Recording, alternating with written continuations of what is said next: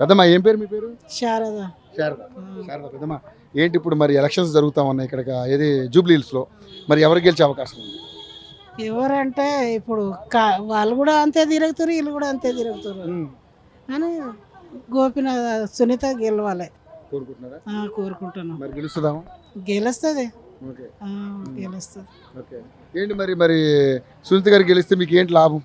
ఏం లాభం అంటే వాళ్ళు పాత వాళ్ళు మాదైనా బస్సులో ఏదైనా నీళ్ళ ప్రాబ్లం ఉంటే, డేనిస్ ప్రాబ్లం ఉంటే, రోడ్లు మేము చేపించి ఇప్పుడు గోపినాథ్ గారు ఉన్నప్పుడు ఈమె కూడా వింటది అనుకో, వింటది, అట్లా ఏం లేదు. సో మరి ఇప్పుడు 6 గ్యారెంటీలు అంటున్నారు, అది ఏం చేసారు? బస్సు ఫ్రీ పెట్టి అన్ని కొట్టుకొని చేస్తారు. అది ఏం లేదు. గ్యాస్ వచ్చిన వాళ్ళకి వస్తుంది, రాని వాళ్ళకి వస్తలేదు. మళ్ళీ ఇంకా ఏంది కరెంట్ కూడా వచ్చిన వాళ్ళకి వస్తుంది, రాని వాళ్ళకి లేదు. అది అంతే. ఇంకా పింఛన్ పెంచుతా అన్నాడు, పెంచాలి. 6,000 కాదు, 4 పెంచలే. ఇక అక్కడ మళ్ళా మహిళలకు కూడా 2,500 ఇస్తా అన్నాడు, అవి కూడా ఇయ్యాలి. ఇక అక్కడనే ఆపేసిండు.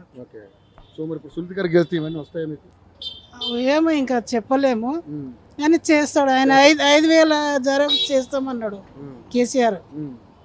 మళ్ళీ ఏం చేస్తారు తెలియదు. అంతకు ముందు మీకు ఏదైనా సమస్య ఉంటే గోపి గారు ఉండేవాళ్ళు, వాళ్ళ ఆవిడ ఆదుకుంటుందని నమ్మకం ఉందా మీకు? అంటే కేటీఆర్ ఉన్నాడు కదా, కేటీఆర్ వీళ్ళు చెప్తే చేయిస్తారు. గ్యాస్ రావట్లేదు మీకు, కరెంట్ లేదు, ఏది లేదు, డబుల్ బెడ్రూమ్ ఇల్లు లేదు లేదు, ఏం లేవు. ఏం బాగాలేదు. ఒకసారి మళ్ళీ బీఆర్ఎస్ గెలిపించుకోవాలంటే బీజేపీ ఎట్లా ఉంది ఇక్కడ? బీజేపీగా మేము ఎప్పుడు వేయము, కాంగ్రెస్ ఈ తెలంగాణనే అంతే. అప్పుడు ఎవరు వైఎస్ ఉన్నప్పుడు అప్పుడు మంచిగా ఉండే, దాని తర్వాత ఇక టీఆర్ఎస్ వచ్చింది. అప్పటి నుంచి బాగానే ఉంది, ముందులాగా లేదు, ఇప్పుడు బాగానే ఉంది. ఈ కాంగ్రెస్ వచ్చింది, ఏం చేస్తలేదు, ఇంకా ఏం చేస్తలేదు, అది వచ్చింది. గెలుస్తారు. ఓకే. గౌరీ గారు, మరి ఇప్పుడు సిస్టర్ మీ పేరు ఏం పేరు? గౌరీ గారు, ఇప్పుడు తెలంగాణలో ఇక్కడ మళ్ళీ ఉప ఎన్నిక వచ్చింది, జూబ్లీ హిల్స్ ఉప ఎన్నిక. మరి మీరేం ఆలోచిస్తున్నారు? ఎందుకంటే ఇక్కడ అన్ని పార్టీలు తిరుగుతూ ఉన్నాయి ప్రచారాలతోటి, ఓటర్లందరినీ గడుస్తూ ఉన్నారు. మరి మహిళగా మరి లబ్ధి జరిగిందా లేదా అనేది మీరే చెప్పాలి. ఎలా ఉంది పరిస్థితి? లబ్ధి జరిగిందా అంటే మ్యాక్సిమం ఇది కేసీఆర్ గారిదే నడుస్తుందండి ఎక్కువ శాతం. ఈసారి కూడా ఇదే రావాలనుకున్నాము. రేవంత్ రెడ్డి గారు వచ్చారు కానీ ఏం ఉపయోగం లేదు కొంచెం కూడా. ఎందుకంటే ఇల్లు ఇస్తామని చెప్పారు, గ్యాస్ ఇస్తామన్నారు, ఏది రాలేదు, అసలు ఏమి లేదు.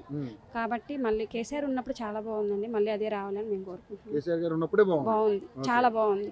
ఈ బస్సులు పెట్టారు, అది ఒక్కటే జరిగింది తప్ప ఏం లేదు అసలు, అంతే. మరి ఇప్పుడు 6 గ్యారెంటీలని వీళ్ళు కూడా పెట్టారు కదా కాంగ్రెస్ ప్రభుత్వం, మరి ఏం రావట్లేదు? ఏం లేదండి, అసలు ఏమి లేదు, ఏం జరగలేదు. సన్న బియ్యం అంటున్నారు.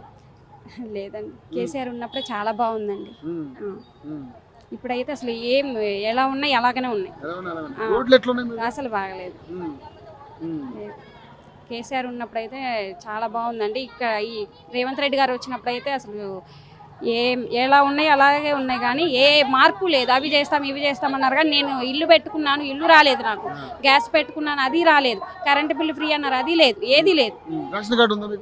ఉంది, పెట్టాను, అది రాలేదు. కొత్తగా పెట్టానండి, లేని వాళ్ళు పెట్టుకుంటే వస్తుంది అన్నారు, అది రాలేదు. లేదండి, పెట్టాను, రాలేదు.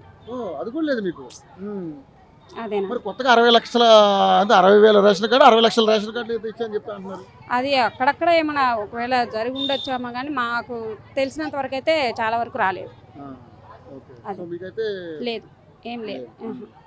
గత ప్రభుత్వమే బెటర్ అంటారు? అవునండి, కేసీఆర్ ఉన్నప్పుడు అయితే నిజంగా చాలా బాగుంది, మళ్ళీ అదే రావాలని నేను కోరుకుంటున్నాను. మరి సునీత గారు వాళ్ళు నిలబడ్డారు, గెలుస్తుందండి, పక్కా గెలుస్తుంది. ఈసారి వస్తారని అనుకుంటున్నారు, ఎందుకంటే ముందు చాలా చేశారు, బాగుంది. ఇప్పుడు కూడా మళ్ళీ రావాలని జనం కూడా అదే కోరుకుంటున్నారు. ఏం లేకుండా అయితే కోరుకోరు కదా. Thank you. అవును, థ్యాంక్ యూ.